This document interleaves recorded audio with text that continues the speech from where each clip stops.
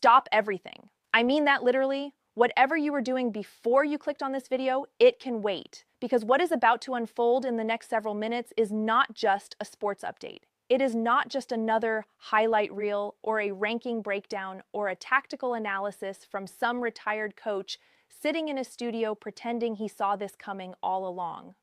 What you are about to witness is the full, unfiltered, breathtaking story of how a 20-year-old girl from the Philippines walked into the most prestigious tennis tournament on the planet, broke our hearts in the most beautiful way possible, boarded a flight to the desert, and then proceeded to shake the entire sporting world to its foundations. And somewhere in the middle of all of that, Netflix showed up with cameras, because of course they did. Welcome back to Champions Tennis, the only channel on this platform that refuses to give you the watered-down version, the politely edited version, or the version that protects the feelings of people who were embarrassingly wrong in their predictions. We give you the truth, the raw, electrifying, uncut truth. And today the truth is more dramatic than anything a screenwriter could have dreamed up on their best day. Today we are telling the definitive story of Eala's 2026 season. From the volcanic eruption of Melbourne to the heartbreak that followed, from the desert showdown in Dubai that had the entire tennis establishment scrambling to rewrite its assumptions, and now the development that is sending shockwaves through every corner of the sporting and entertainment universe simultaneously. Yala has officially landed on Netflix, and the world, ladies and gentlemen, is absolutely losing its mind. Buckle up, this is going to be one for the ages. Let us start with the headline that broke the internet and has not stopped reverberating since. Netflix. The streaming colossus that has a documented, proven, almost supernatural ability to take local stories and transform them into global obsessions has turned its full storytelling machinery toward the Australian Open. And right at the emotional center of everything it found, with a certainty that anyone paying attention could have predicted, is the spirit, the story, and the force of nature that is Alexandra Yala. The new documentary series is called Ball Kids. On the surface, the title sounds like a charming behind-the-scenes peek at the unsung heroes of Grand Slam tennis, the young volunteers who sprint and dive and freeze in the punishing Australian summer heat to keep the game moving at its relentless pace. And it is that, but it is also so much more. Narrated by the brilliant Australian comedian and actor Celia Pakula, Ball Kids pulls back the curtain on the Grand Slam machine in a way that television cameras positioned at the baseline simply cannot capture. It exposes the nerves that nobody talks about, the rigorous, almost military selection process that determines who gets to stand on those famous courts, the backstage silence that descends like a physical thing in the moments before the roar of the crowd swallows everything, the invisible emotional labor of young people who are expected to be simultaneously present and invisible, quick and silent, professional and fearless in service of a spectacle they are too close to fully appreciate.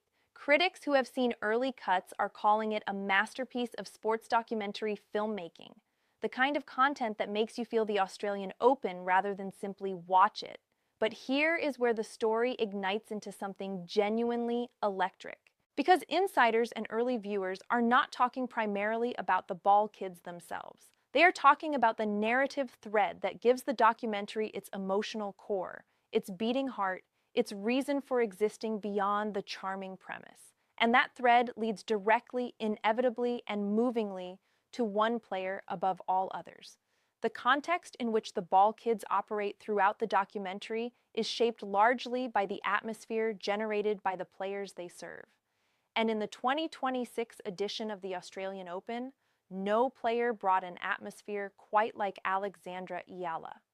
The Filipino sensation is described by sources who have seen early cuts as giving Ball Kids its most compelling scenes, its most tear-inducing moments, and its most powerful articulation of what sport actually means when you strip away the prize money and the rankings and the endorsement deals and get down to the raw human truth underneath. One scene in particular is already being cited in tennis circles and across social media as the emotional centerpiece of the entire series. It captures Yala in the locker room in the minutes before her main draw debut. No performance, no awareness of the camera, just a young woman alone with the magnitude of what she is about to do, the weight of the flag she carries pressing down on her shoulders with a force that you can almost physically see. For the ball kid standing nearby, she is not a statistic or a seeded player or a marketing profile. She is something closer to a force of nature concentrated into a single human form, operating under pressure that most people will never experience and cannot fully imagine. The moment a camera captured her treating that ball kid, and every ball kid, with the same warmth and grace and genuine human acknowledgement that most established champions reserve for their corporate partners, it became clear that what Netflix had stumbled upon was not just a tennis documentary. It was a portrait of character under pressure. And Alexandra Eala's character, as it turns out, is extraordinary. Social media across Southeast Asia detonated the moment the first rumors about the documentary and Eala's role within it began to circulate. The hashtag Eala on Netflix was trending across multiple platforms within hours. One post on X, formerly Twitter, that collected hundreds of thousands of likes in under 24 hours read simply, "She carried more than a racket. She carried a nation." And now, the whole world gets to see how heavy that load really was. Those words captured precisely what this Netflix moment represents for Filipino sports fans and for the broader Southeast Asian sporting community. This is not a cameo. This is not a tokenistic regional footnote in a story primarily about someone else. This is soft power at the highest level. This is the cultural legitimization of Philippine tennis on the most globally watched sports streaming platform in existence. For decades, tennis documentaries have centered themselves around the acknowledged royalty of the sport, the Federers and the Nadals and the Williams sisters, the players whose names are already carved into the marble of the game's history. To have a 20-year-old rising star from the Philippines woven not into the margins but into the emotional architecture of a major Netflix original production is a moment of genuine historic significance for representation in this sport. It signals that the people making decisions at the very top of the sports entertainment industry understand something that the traditional tennis establishment has been slow to fully accept. The future of this game is not confined to the neighborhoods of Europe and the country clubs of North America. The future is in the passionate, digitally connected, roaringly loud, fiercely loyal fan base of Southeast Asia.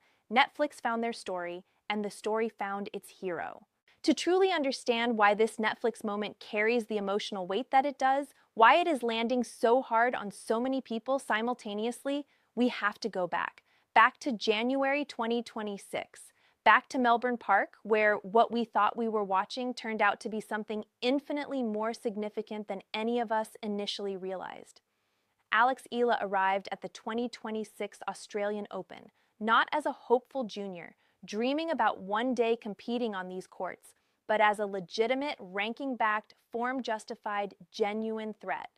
Fresh off winning the prestigious Hobart Classic in dominant fashion, and a gutsy, gritty run through the ASB Classic in Auckland that demonstrated her fitness and her fighting instincts were both at career-high levels. Her WTA ranking had climbed all the way to world number 49, a number that no longer suggests promise, a number that announces arrival. Her first-round opponent was the American powerhouse Alicia Parks, a player whose thunderous serve and aggressive take-no-prisoners baseline game has caused problems for players ranked significantly higher than Eala. On paper, it was a mismatch that most analysts were comfortable predicting.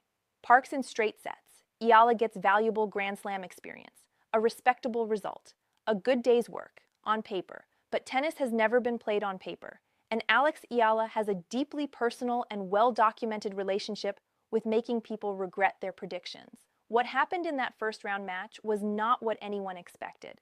From the very first game, Eala came out with a predatory ferocity that silenced even the most experienced courtside observers. She was not managing the occasion. She was attacking it. The result was a triple break in the opening set against a server of Parks' caliber, a sequence of play that is vanishingly rare in women's tennis at Grand Slam level under any circumstances. Eala was painting lines, moving Parks from corner to corner with a tactical sophistication that had pundits murmuring to one another in the commentary boxes. Her southpaw forehand, already one of the most distinctive weapons on the WTA tour, was working at a level that created angles that Park simply had no viable answer to.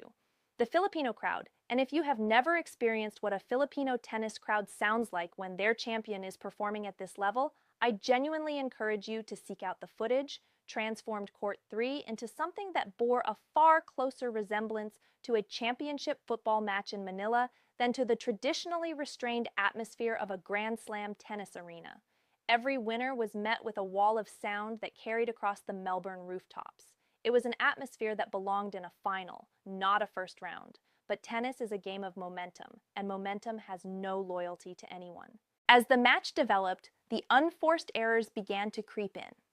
The weight of the main draw debut, the enormity of the occasion, the responsibility of carrying a nation's hope into a contest this significant began to settle on those 20-year-old shoulders in ways that are impossible to fully prepare for, regardless of how good your training has been.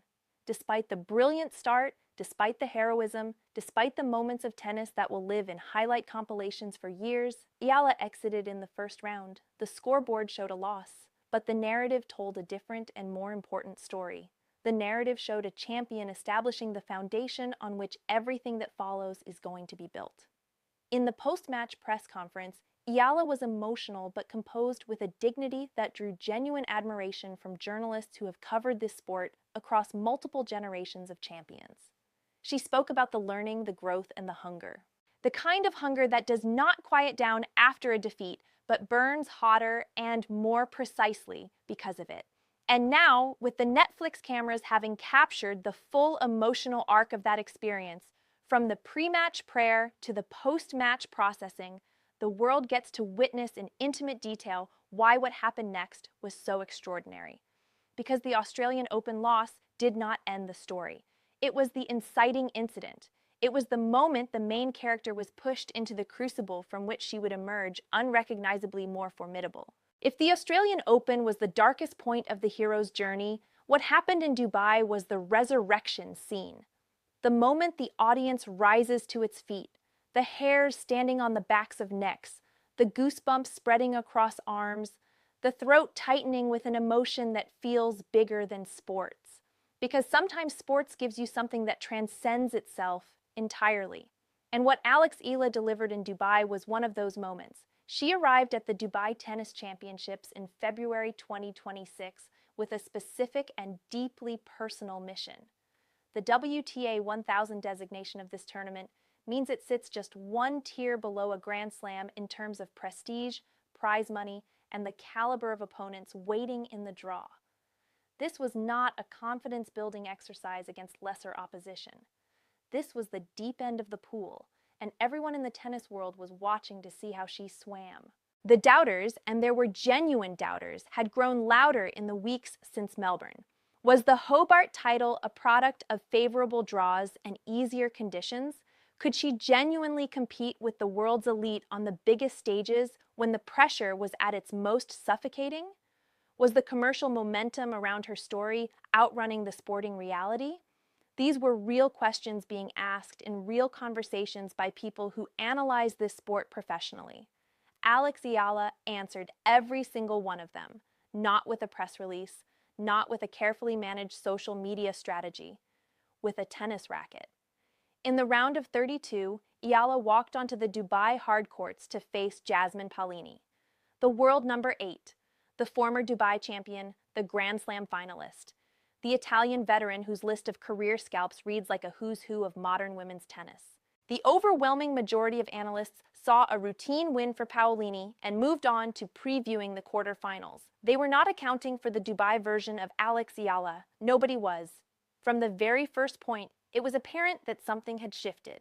The player who stepped onto that court in Dubai was not the player who had stepped onto the court in Melbourne 3 weeks earlier. The eyes were different, calmer, more deliberate. The body language carried a quiet certainty that is difficult to describe precisely, but impossible to miss once you recognize it. It is the language of an athlete who has processed her pain and converted it into fuel with a completeness and efficiency that most competitors never achieve. Eala took the first set 6-1, read that again slowly, and let the full weight of it register. 6-1 against the world number 8 in a WTA 1000 tournament in the round of 32 against a former champion of this specific event.